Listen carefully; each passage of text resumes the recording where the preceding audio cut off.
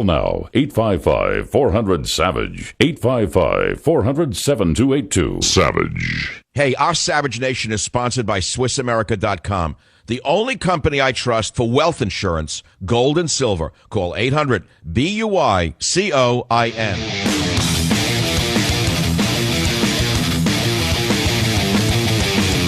Here's another nice story. Here's an uplifting story that should make you all feel good. I don't want to be too negative today. The new president of the Boy Scouts, who's none other than Robert Gates, the former defense secretary, who was the worst defense secretary until this new guy, Carter, came along. A PC defense secretary is now the president of the Boy Scouts, and he called for lifting the ban on gay adults in the Boy Scouts. Robert Gates, former defense secretary, now president of the BSA, called for the organization to end its ban on gay adults in remarks at the organization's national business meeting today, Thursday. Robert Gates, the politically correct capon, said, quote, "The social, political, and judicial changes taking place in our country regarding laws and sexual orientation, the status quo in our movement's membership standards cannot be sustained." Robert Gates added, "Our oath calls upon us to do our duty to God and our country. The country is changing, and we are increasingly at odds with the legal landscape at both the state and federal level. And as a movement, we find ourselves with a policy more than a few of our church sponsors reject, thus placing scouting between a boy and his church." I don't have to tell you what kind of churches are in favor of gays in the Boy Scouts. Gates noted that the military's don't ask, don't tell policy was overturned in 2010. He said the decisions on the Boy Scouts policy could also be dictated by the courts, but it would be better to seize control of our own future. So there it is. Gates' statements were immediately met with praise from Scouts for Equality. Do I have to tell you who they are? Scouts for Equality? They're as much Boy Scouts as my dog is, Scouts for Equality. They're just front groups for the Human Rights Campaign, the nation's largest gay, lesbians, transgendered, AC/DC, and foot power advocacy group that you could ever imagine. Saying it was a step in the right direction. See, only a step in the right direction. They're not through yet. Having adults as mentors for young boys who are gay is a step in the right direction. I don't know what she means the right direction would be. Maybe it would be, I can't go further than that. It's a national show. I could pretty much figure out when they'll be happy, when they'll decide that enough is enough, and finally we become equal. So Gates is a dedicated scout, and he said that he's very happy that he wants gay adults in the Boy Scouts. That's what happens. And by the way, look at the job he got. He went from being defense secretary to the president of the Boy Scouts of America. Do you have any idea what they pay him for that? You think it's done for free? The seamless transition from high office in the most corrupt government in American history into the private sector or libraries that are nothing but slush funds.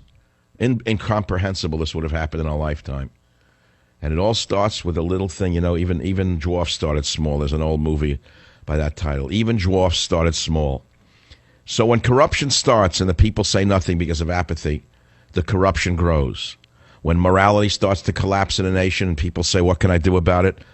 When you see guys like Harvey Weinstein or Sean Penn in the movie business producing vile entertainment of murder, mayhem, knifings, beatings, axes on people's heads, sexual license to the extent you could never imagine.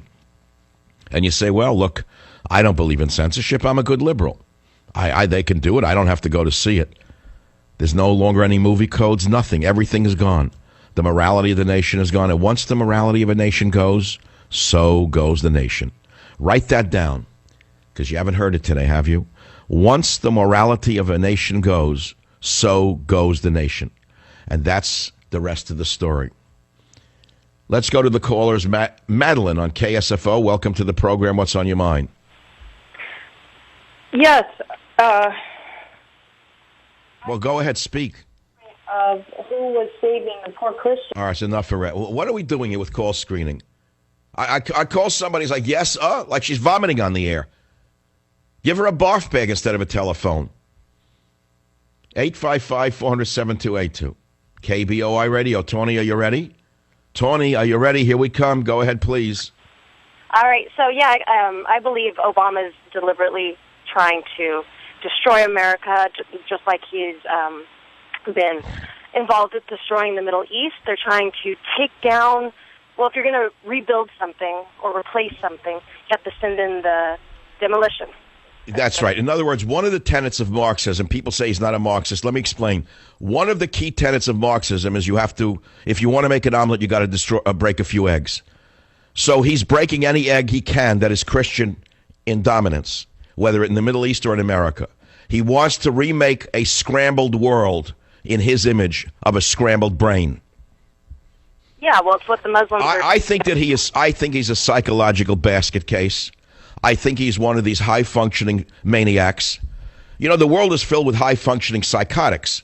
Why is it not possible that we have a high-functioning psychotic in the White House? Well, yeah, he's Muslim, and that's what they believe. They believe you have to create chaos. It doesn't matter whether he's Muslim. He hates America, in my opinion. He especially has an animus towards the Christian people, in my opinion. He is not defending the Christians in the Middle East. That's a fact that it's indisputable. He is not attacking ISIS in any significant way, which is why they're gaining wherever they go. That's a fact that's indisputable. So if you put all the pieces together, you can reasonably conclude something, can't you? Oh, absolutely. Absolutely. I believe this is a war between good and evil, between Satan and the real God, God of the Bible. And, well, what is God doing? Why is God waiting? What's going on here? What's he watching the world burn before he does it? I think God, you want to bring up God and watching and Satan and all that? Let's do it. Let's go for that one. I'd love to have that discussion. I've thought about it my whole life. How does God permit a school bus full of Christian children to go off a cliff and every Christian child dies on the bus? Where was God? How did God stand by while Jewish children were being tortured to death in front of their mothers and then thrown into an oven? Where was God then? Well, God was always there, but we live in a fallen world where Satan right now is the king of this world, and his time is up. And he will pay for all the terrible things he's done throughout all of history. But well, I don't have that view of the world. I actually believe God has no effect on a moment-by-moment basis and by a person-by-person basis. If I did, I'd have to not believe in God. I would believe he's evil. If I were to believe for a minute that God controlled everything on earth, then I would have to believe that God is the most evil force the world has could ever create or imagine. Look at the evil on this planet. No, my friends, I believe God is not omnipotent. He is omnipresent. That saved me from atheism. Join the Savage Nation. Call now, 855-400-SAVAGE, 855-400-7282. Savage. Now, what are the Scouts for? I could see a gay teacher, a gay this, a gay that, no problem. But the Scouts are a little different. In fact, they're a lot different. The Boy Scouts of America existed, because I'm a former Boy Scout, for quite another reason than for social engineering. It was to shape your son into a man who would be a protector of himself, his future family, and his nation. That's what the Boy Scouts were created for. Not to be little tools of the agendaites. And that's one man's opinion. Joe on WABC, I think you think differently. Go ahead, please. Hello, Dr. Savage. I am a retired New York City police lieutenant. I have two grown sons, one of whom, the younger of whom, went out to become an Eagle Scout. The older of whom is gay, and he discovered his sexuality at about the time most people or kids, adolescents, discovered their sexuality. 11% of the world's population, human population, approximately, is gay. Wait, what percent? Hold it. What percent? 11%. Nonsense. That's a made-up statistic. It's not 11%. That's total rubbish. Okay. At the most, it's 2%, and even that's a high number. Whatever it is not a choice. Well, 11% is not 2%. I mean, it's a little different. I stand corrected. What I'm saying is there is a percentage of the world's human population which is gay, and it is not a choice of so-called lifestyle. All right, I accept that. And it's not evil. I accept that as well. I'm a sexual libertarian. That is quite different, though, than having a gay scout leader for boys, developing boys, don't you think? Let me reverse it. If you really have sons, and you really would have had a choice when they were youngsters going into the Scouts, and you were given the choice of them having a straight, married, morally straight-up scout leader or a, let us say, morally fine but gay scout leader? Which would you have chosen? You would use the word morally as if being gay was immoral. Okay? No, I just said it. Didn't I just say, I said the choice was between a morally upstanding straight scout leader and a morally straight gay scout leader? Didn't I say that? The word moral should not enter. You don't like the word morals, in other words, so you want all morality thrown out to make your son feel good. Is that it? My son and I are very moral people. Morality has nothing to do with one's sexuality, nor sexuality has to do with their morality. My son is... Well, I've heard that argument.